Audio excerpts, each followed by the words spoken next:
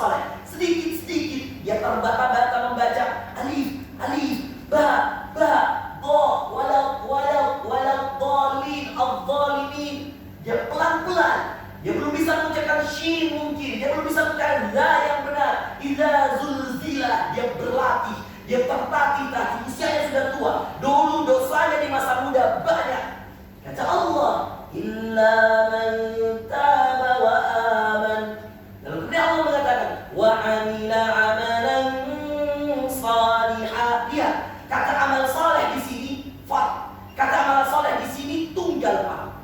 Satu amalan. Allah tidak mengatakan wa amilus salihat. Salihat banyak saleh, banyak amal saleh. Tapi kata Allah pelan-pelan dia tak cari, pelan-pelan dia tatih, dia susun baik-baik amalannya satu persatu. Mungkin dia baru bisa ngaji pelan-pelan. Mungkin dia bisa belajar sholat pelan-pelan, baru belajar wudhu pelan-pelan. Tapi lihat, Allah mengatakan illa man tab, karena diawali dengan taubat yang ikhlas. Wa aman, lalu dia beriman yang sungguh-sungguh. Wa amila amalan salihah. Amalan, Allah tidak mengatakan amal. Kalau Allah mengatakan amal, berarti itu jamak plural. Berarti banyak amalan yang dia lakukan. Tidak tahu. Wa amila amalan salihah. Kata Allah, fa ulaika yubaddilullah. Itulah orang-orang yang diganti oleh Allah. Apa yang diganti Ustaz? Yubaddilullahu sayyi'atihim hasanat. Inilah yang tadi saya katakan. Faulaika yubaddilullahu sayyi'atihim hasanat. Itulah orang-orang yang diganti dosa-dosanya menjadi kebaikan. Anda datang dengan satu gunung dosa, tiba-tiba di akhirat diubah jadi satu gunung kebaikan. Siapa yang kaget? Pelaku. Siapa yang takjub? Pelaku. Dia katakan, mana dosa saya yang ini ya Allah? Mana dosa saya yang ini ya Allah? Mana dosa saya yang ini ya Allah? Allah katakan itu sudah menjadi kebaikan yang lain. Kalau dosa diampuni, dihilangkan, biasa Pak. Tapi kalau dosa diganti jadi kebaikan, itu dahsyat. Itulah tadi yang saya katakan, ada-ada saja cara Allah memasukkan para pendosa ke surga. Dan jamaah kita yang Allah, saya dulu salam ini. Assalamualaikum warahmatullahi wabarakatuh. Waalaikumsalam. Saking semangatnya. Kecamatan terbatas Pak. 15 menit, 20 menit harus tugas cepat ini. Biar cepat banyak ilmunya. Dan kita bisa banyak mendapatkan tambahan wawasan. Karena memang ini Ramadan singkat sekali. Ayyaman ma'dudat kata Allah. Harinya terbatas. Dulu kita hari ini Bapak Ibu sekalian, dahsyatnya ampunan dan maghfirah Allah. Ada seorang syekh kami di Sudan. Saya S1, S2, S3 di Sudan. Bermula sama seorang syekh namanya Profesor Syekh Al-Amin Al-Haj. Dia ketua Ikatan Ulama seluruh dunia. Kebetulan orang Sudan. Ini periode kedua dia jadi ketua Ikatan Ulama. Sekjennya sekarang dari Kuwait, Syekh Abdul Muhsin Al-Mutayyib namanya. Sebelumnya Profesor Omar. Ya, Profesor Omar itu dari Saudi. Nasir Omar. Sebelumnya sekjennya. Tidak kemudian kami bermula sama dengan Syekh. Jadi di kampus beliau dosen kami, tapi tidak pernah ngajar. Soalnya beliau di bahasa Arab. Saya di hadis. Beliau seorang profesor, karangan bukunya banyak, ketua Ikatan Ulama, ngajar di International University of Africa. Kebetulan saya orangnya istiqomah Pak, S1, S2, S3, satu kampus, satu negara. Di Sudan ya di kampus itu. Dan alhamdulillah bisa dapat beasiswa terus dari S1 ke S3. Saya ketika kemudian belajar sama beliau pernah bilang begini, ketika ada orang Sudan yang datang kepadanya, lalu kemudian orang Sudan itu dalam keadaan mabuk, misalnya sakran. Sakran itu mabuk Pak. Dia habis mabuk datang ke Syekh. Sadar, tapi habis mabuk ketahuan dari cara ngomongnya dan seterusnya. Lalu ada di antara teman kami dari Ghana. Kebetulan di kampus itu ada 82 negara, karena kampusnya Liga Arab ini. Cuma ada 3 di seluruh dunia, di Sudan, di Pakistan, dan di Malaysia. Teman kami dari Ghana. Ketika dia mau maju, ditahan Dan seperti ini kan lehernya diangkat, mau dipukul, kamu mau ngapain? Dengan bahasa Arab tentunya. Kamu ngapain? Mau dekat-dekat Syekh kenapa? Lalu kemudian dengan wajah merah Syekh kemudian mengatakan kepada lepaskan. Biarkan dia dekat. Subhanallah. Mendekatlah orang yang mau tersebut kepada Syekh. Berhadapan, jaraknya tidak terlalu jauh. Lalu kemudian Syekh bertanya, "Madzalika ya Abdullah?" Dengan nada yang sangat lembut. Kami semua para muridnya udah khawatir nih. Jangan-jangan orang mau mau mukul Syekh. Jangan-jangan orang mau ini mau ngapa-ngapain Syekh. Lalu kemudian dia mengatakan, "Madzalika ya Abdullah?" Ada apa denganmu wahai hamba Allah? Subhanallah. Seketika menetes air matanya orang yang baru tahu tersebut. Lalu dia mengatakan, "Aina Allah?" Dia katakan, "Di mana Allah?" Lalu Syekh mengatakan, "Fis sama," sedang di langit. Lalu dia mengatakan, "Hal abdun mithli yu'tabar min Allah?" Apakah ada seorang hamba seperti saya jeleknya, seperti saya dosanya, seperti saya banyaknya maksiatnya masih dianggap oleh Allah? Kata Syekh, "Bal yuhibbuka Allahu aktsar fa aktsar." Kata Syekh, bahkan Allah mencintaimu lebih dari itu dan lebih banyak lagi cinta Allah kepada. Seketika menangis, lalu dia kemudian jatuh ke tanah, lututnya tersungkur ke tanah, lalu dia kemudian menangis sejadi-jadinya. Di antara kemudian kita yang hadir hari itu lalu menangis. Lalu kemudian Syekh mengatakan sambil diangkat orang tersebut, "Ya Allah, baru taubat maftuh, mazal as-sama' wa mazal asy-syams." Selama matahari masih terbit dari timur dan masih terbenam dari barat, selama nyawa masih di kandung badan, pintu tobat Allah selalu terbuka. Dipeluk oleh Syekh orang yang tersebut. Apa yang terjadi Bapak Ibu sekalian? Kejadian ini 2011. Dan sekarang sang pengawal itu sudah menjadi dosen di salah satu universitas. Bahkan dia menjadi seorang yang alim, membuka kajian di masjid di antara masjid-masjid yang lain. Dosa dia banyak selain mabuk.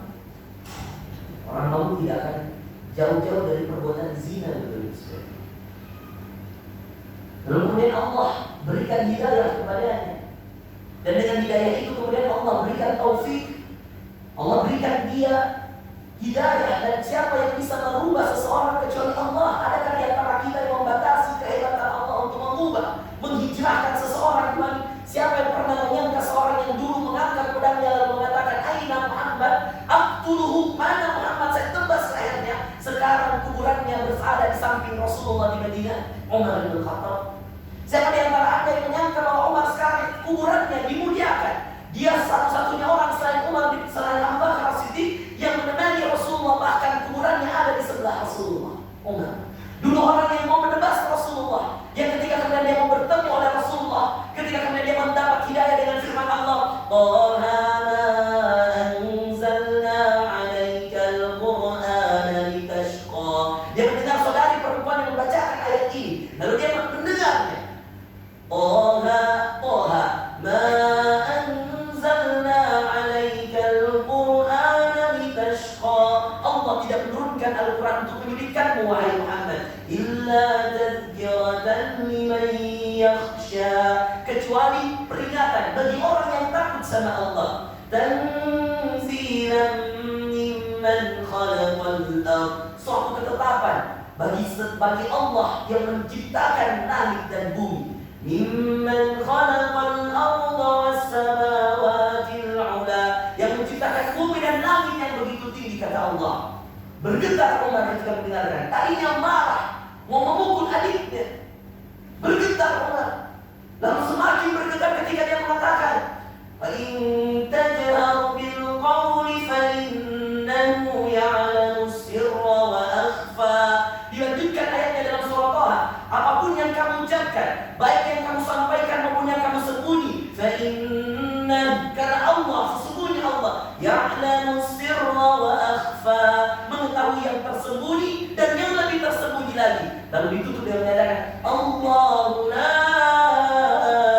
ilaha illahu. Allah, tidak ada Tuhan selainnya. Lahul asmaul husna. Ketika dibaca lahul asmaul husna, menetes air mata Umar. Lalu dia katakan Aina Muhammad. Maka mengatakan di mana Muhammad? Menetes air mata. Tadi mau marah Pak.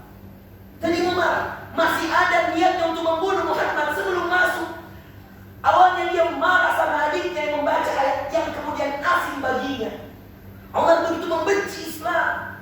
Lalu kemudian dia mau pukul adiknya. Pas di muka kamar adiknya tetap ngaji. Sampai kalimat Allahu la ilaha illahu. Coba buka surat Toha. Gemetar Pak bacanya. Umar aja gemetar. Kalau kita meresapi setiap ayat yang kita baca, dahsyat terus. Hidayah Umar dari surah Toha yang dibaca anak perempuan. Siapa yang menyangka dia menjadi khalifah kedua? Utsman itu lebih dulu masuk Islam dari Umar. Ali bin Abi Thalib itu lebih duluan masuk Islam dari Umar. Tak ada lihat setelah Abu Bakar As-Siddiq siapa yang lebih cintai Rasulullah? Umar. Dua sahabat yang sekaligus jadi mertua. Rasulullah menikahi Aisyah putri Abu Bakar, di saat yang sama Rasulullah menikahi Hafsah putri Umar. Lihat kemudian yang sampai Rasulullah SAW kemudian mengatakan, ini setelah Islamnya Umar lalu mengatakan, ma salaka Umaran fajjan qad illa salaka syaitanu fajjan akhar. Di depan semua sahabat ada Umar di situ. Kata Rasulullah memuji Umar, kalian tahu wahai sahabatku, ma salaka Umar fajjan qad, tidaklah Umar berjalan pada satu jalan illa salaka syaitanu fajjan akhar, kecuali syaitan cari jalan yang lain, gak mau berjalan di jalan yang Umar. Takut syaitan. Siapa Umar? Dulu yang mau tebas leher Rasulullah. Siapa Umar? Dulu yang sangat membenci Islam. Siapa Umar? Dulu yang sangat memusuhi kaum muslimin. Siapa Umar? Yang bahkan ketika dia dari rumah adik perempuannya menuju Rasulullah, ketika kemudian dia ketahuan bahwa ada Umar yang mau jalan, berteriak semua sahabat, Umar ja, Umar ja, Umar datang, keluar semua pedang. Kata Rasulullah SAW, da'mu, biarkan dia berurusan. Yang terjadi Umar datang lalu mengatakan, asyhadu an la ilaha illallah wa asyhadu anna Rasulullah. Semua sahabat bertakbir Bapak Ibu sekalian. Melihat masuk Islamnya seorang yang paling membenci, bukan hanya paling membenci Bapak Ibu sekalian, tapi memang paling ditakuti karena keahlian Umar dan kegarangannya, kesangarannya, keganasannya, kehebatannya dalam berperang. Semua orang tidak ada yang tidak takut ketika disebut nama Umar. Tapi di mana sekarang dia? Apakah kemudian Anda masih menghitung dosanya? Sedang Allah sudah mengampuni kesalahannya. Apa Anda masih mengatakan bahwa Umar adalah orang yang terlaknat, sebagaimana orang-orang Syiah mengatakan hal tersebut? Apa ada yang masih berani mengatakan bahwa Umar adalah orang yang tidak baik karena dulu mau membunuh Rasulullah, sedangkan kemudian dia dijamin oleh Rasulullah masuk surga? Abu Bakar fil jannah, Umar fil jannah. Abu Bakar di surga, Umar juga pasti di surga, kata Rasulullah. Dan apakah kemudian kita melihat diri kita, lalu kemudian kita ragu akan ampunan Allah, kita ragu akan akhir yang indah, husnul khatimah. Kita ragu bahwa subhanallah, kalau kita mau berusaha Allah masih berikan kesempatan itu. Kalau kemudian kita mau kembali pada Allah, hilang kesempatan yang terbaik untuk kembali. Berkata para ahli ilmu, berkata para ulama, mereka mengatakan kalau Ramadan lewat dan dosa belum diampuni, kamu mau cari bulan apa lagi yang lebih mulia dari Ramadan untuk diampuni? Saya ulang. Berkata para ahli ilmu, para ulama dahulu, para salafus saleh mengatakan kalau Ramadan lewat dan dosa belum diampuni, bulan apa lagi yang lebih mulia dari Ramadan sehingga engkau bisa segera bertobat untuk diampuni benar-benar dosa? Adakah bulan yang lebih mulia dari Ramadan? Kalau di Ramadan saja engkau tidak diampuni, bagaimana di bulan?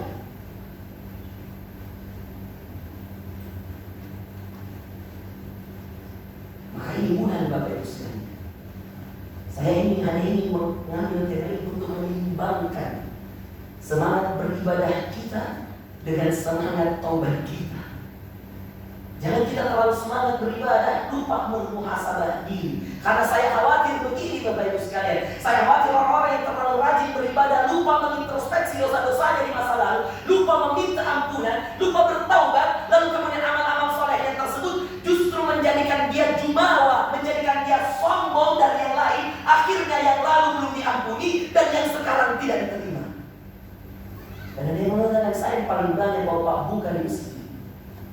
Saya yang paling banyak sholat saya, tarawih saya paling depan, soft saya, tahajud saya paling banyak, rakaat saya.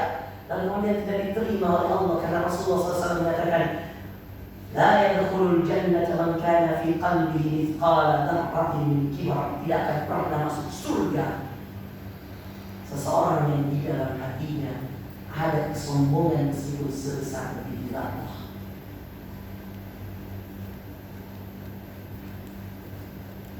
Kita perlu balance terus. Makanya Bapak Ibu sekalian, bulan Ramadan ini selain bulan kebanggaan kita, bulan kemuliaan kita, bulan ladang amal kita, jangan lupa bulan tempat membersihkan diri kita. Dan banyak sekali ayat dalam Al-Quran. Berapa menit saya dikasih kan? Masih bisa nih, habis ini. Masih boleh sedikit lagi. Kalau bilang sudah, saya sudah ini. Masih ada waktu? Masih bisa? Betul, jangan ada yang marah ya.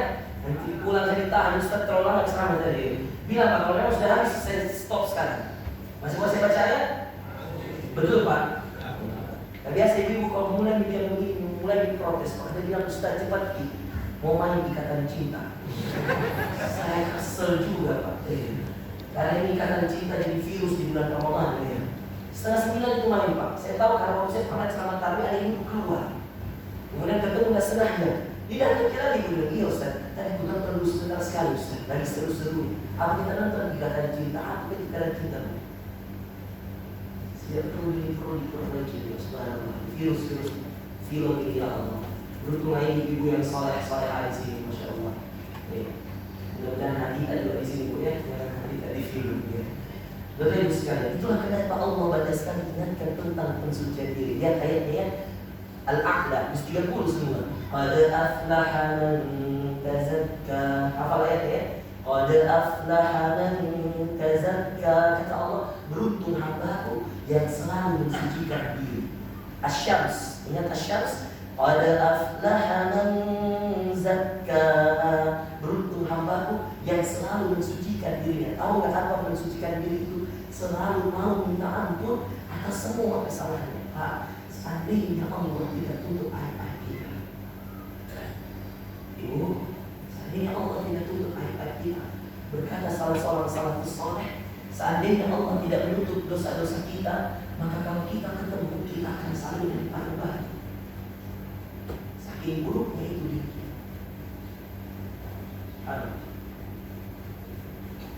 Mungkin karena Allah menutup aib saya, Pak, maka Bapak mau dengar cerita saya. Seandainya itu dosa dikasih lihat sebagaimana kita melihat matanya orang yang ada di hadapan kita. Kata para ulama, kita akan saling melempar batu. Tapi karena Allah itu Maha Penyayang, dan di antara Maha Penyayangnya Allah, Anda berbuat dosa di malam hari, Anda dimuliakan orang-orang di siang hari. Kenapa? Dosa malam hari Allah sudah turun. Anda berbuat dosa di siang hari, Anda dimuliakan orang di malam hari. Kenapa? Dosa di siang hari Allah sudah tutup. Makanya di antara hal yang tidak boleh, kata Rasulullah, Allah tutup aibmu malam hari, kau pergi ceritakan sama orang pagi hari. Itu di antara hal yang paling dibenci Allah. Ketika Allah sudah menutup dosamu, lalu kau pergi ceritakan ke hamba yang lain, ke manusia yang lain, padahal Khalik pencipta penduduknya, kamu ciptakan sama makhluknya. Kamu mensucikan diri itu penting. Sesekali Bapak Ibu sekalian, sesekali. Kita seperti orang yang dijanjikan surga dalam hadis, kata Rasulullah SAW, ada 7 naungan orang yang akan dinaungi pada mahsyar. 7 naungan itu tidak ada lagi kecuali naungan Allah. Saya sebutkan secara cepat. Imamun adil, pemimpin yang adil, 1. Syabun nasyafi ibadatillah, ada pemuda yang tumbuh rajin beribadah di jalan Allah. Ada kemudian yang ketiga, Ini orang yang rajulun qalbuhu mu'allaqun bil masajid, orang-orang yang selalu terikat hatinya dengan masjid. Ada yang keempat, rajulani tahabba fillah, dua orang yang saling mencintai karena Allah. Mudah-mudahan kita juga masuk golongan keempat ini. Ijtama alaih, kita bertemu karena Allah, berpisah karena Allah. Kemudian kelima, rajulun tasaddaqa bisadaqah, orang yang kemudian bersedekah bisadaqah, dengan sebuah sedekah, fa akhfaha, tapi dia sembunyikan sedekahnya. Dia tidak kasih tahu yang lain, sampai-sampai saking pinternya dia menyembunyikan amalan ini, hatta la ta'lamu shimalu ma tunfiqu yaminu, sampai tangan kiri nggak tahu apa yang disedekahkan oleh tangan kanan. Lalu kemudian golongan yang keenam, rajulun da'atu imra'atun dzata mansabin wa jamal, seorang yang dipanggil oleh wanita, seorang laki-laki yang digoda oleh wanita, atau kebalikannya, seorang wanita yang digoda oleh laki. Lalu di sini di dalam hadis disebutkan seorang laki-laki yang digoda oleh wanita. Lalu kemudian dia mengatakan, ini akhafullah, saya takut Allah. Dan golongan yang terakhir dan ini yang menjadi inti dari materi kita tentang dahsyatnya ampunan Allah. Rajulun dzakarallah khalian fadhal sa'ina. Kata Allah, golongan yang ketujuh yang akan dinaungi oleh naungan Allah, orang yang sering menepi dari keramaian, menepi dari manusia, lalu dia mengingat Allah, dia ingat dosa-dosanya, dia takut sama hukuman Allah, dia takut sama neraka Allah, dia rindu cintanya Allah, dia rindu kasih sayangnya Allah. Fadhal sa'ina, lalu mereka semakin pintar. Susah gimana kalau orang kalau ada orang mereka sudah melakukan dari tadi Pak. Beberapa orang yang orang saja ini cuma saja ini Pak, ini kan memang banyak dosa, banyak kesalahan. Ya Allah tutup, Allah muliakan. Makanya coba Bapak Ibu sekalian, dengan materi ini kita tidak bisa mengambil kesimpulan bahwa tidak ada pintu tobat tertutup Pak. Selama matahari masih terbit dari timur terbenam di barat, selama masih ada nyawa di badan, belum sampai di kerongkongan, pintu tobat selalu terbuka. Dan dahsyatnya setelah Anda tobat, Anda beriman, Anda beramal, maka Allah ubah yang tadinya dosa dikonversi jadi kebaikan Pak. Itulah orang yang sangat beruntung nanti. Kenapa dosanya sudah jadi kebaikan? Subhanallah. Maka jangan lagi ada istilah yang mengatakan terlanjur manusia. Tidak ada pun. Tidak ada takala Ustaz. Tidak boleh lagi dengan takala sama Ustaz. Penjahat maka kasihan dulu biar dulu begitu. Lebih baik jadi mantan penjahat Pak, daripada jadi mantan orang baik. Tidak ada lagi istilah begitu Pak. Karena dengan dalil-dalil yang saya bawakan ini, itulah menunjukkan dahsyatnya ampunan Allah. Bapak Ibu sekalian, saya tutup dengan satu ayat pada surah Hud. Dan ini ayat subhanallah memberikan kepada kita juga pelajaran yang sangat dahsyat. Kata Allah, lihatkan ayatnya. Wa aqimis shalah, dirikanlah selalu salat. Dan dirikan salat untuk mensucikan diri kita. Wa aqimis salata tarafayn nahar, rajin-rajin mendirikan salat sepanjang siang. Wa zulafan minal lail, dan sepanjang malam. Kita dianjurkan untuk banyak salat. Maksudnya banyak salat ini Pak, banyak ibadah. Karena sholat itu biasa dipakai oleh Allah sebagai ibadah yang mewakili ibadah yang lain. Makanya kata Rasulullah dalam hadis, "Idza shaluha sholatu", kalau benar sholatnya maka akan benar semua amalan lainnya. Kalau tidak beres sholatnya maka tidak akan beres semua amalan lainnya. Berarti kan, tapi bukan itu yang saya ingin ambil. Masih lanjutkan ayatnya. Wa aqimis sholata tarafayn nahari wa zulfan minal lail. Dirikanlah salat beribadah sepanjang siang dan sepanjang malam. Ini kunci-kuncinya. Innal hasanat yudhhibna as-sayyi'at. Kata Allah, karena sungguh kebaikan-kebaikanmu sekarang akan menghapuskan dosa-dosa di masa lalu. Innal hasanat yudhhibna as-sayyi'at. Sungguh kebaikanmu yang kamu lakukan sekarang akan menghapuskan dosa-dosa di masa lalu. Saya pernah ditanya, Ustaz, kenapa ibu saya baru satu halaman saya baca? Untung khatam di Ramadan Ustaz, tapi baru satu halaman saya baca Ustaz. Gampang mereka mengantuk, gampang mereka bosan, gampang mereka mau berhenti, gampang mereka capek. Saya bilang, Dek, Ubah cara membaca Quran tak. Yang tadinya cari pahala, coba ganti niat dibaca Quran, kasih hapus dosa. Kenapa bisa Ustaz? Karena setiap kebaikan dari setiap huruf itu, kata Allah dalam Al-Quran, innal hasanat yudhibna sayyi'at. Sungguh kebaikan-kebaikanmu menghapuskan dosa-dosamu. Jadi kalau setiap Quran yang kamu baca, ayat yang kamu baca, uang yang kamu sedekahkan, itu kamu niatkan menghapus dosa. Kalau kamu sadar kamu banyak dosa, coba baca Quran, niatnya ya Allah dosamu banyak. Jadi kalau mau berhenti kayak belum habis dosa, lanjutnya. Ini belum habis, ini belum selesai. Masih banyak dosa. Allah belum pernah begini. Yang paling tahu kan dosanya Anda dengan Allah. Jadi ketika kamu mau baca Quran, dengan banyak dosa. Orang banyak dosa itu banyak utang, seperti itulah kira-kira. Kita banyak utang buat lunasi nih utang sama Allah supaya nanti meninggal husnul khatimah. Itu kan yang kita inginkan, Pak. Dosa semua punya, Pak. Tidak ada yang nggak punya di sini. Kalau ada yang nggak punya berarti dia nabi, karena hanya nabi yang maksum dari dosa dan maksiat. Tapi subhanallah luruskan, kalau kemudian kita punya dosa lalu tidak tahu cara membayarnya, ini yang bermasalah. Cara membayarnya kebaikan, Pak. Amal saleh. Tadi di Al-Furqan bertaubat, beriman, beramal saleh. Sekarang di Hud bentuknya Allah katakan banyak-banyak beramal saleh, berbuat kebaikan, karena kebaikan itu menghapuskan dosa-dosa. Jadi kalau mau sedekah, Pak, ingat dosa. Kalau misalkan kita tidak ingat dosa, biasanya yang keluar uang 2.000, uang 5.000. Tapi subhanallah kalau kita ingat dosa dan kita katakan ini menghapuskan dosa-dosa, kebaikan menghapuskan dosa-dosa, innal hasanat yudhibna sayyi'at, ringan kasih keluar uang 100.000. Semoga bermanfaat dan mudah-mudahan kita melakukan hamba Allah yang bermanfaat. Doakan semoga kita semua bisa husnul khatimah, menjalankan kehidupan dunia dengan keadaan taat, diampuni semua dosa-dosa kita, dimaafkan semua salah-salah kita, dijadikan kita hamba yang selalu diridhoi Allah, radhiyallahu anhum wa radhiyallahu anhu. Subhanallah wa bihamdihi, asyhadu an la ilaha illa anta, astaghfiruka wa atubu ilaik. Kebenaran dari Allah wa Ibu, salah dari saya minta maaf dan saya mohon ampun kepada Allah. Assalamualaikum warahmatullahi wabarakatuh.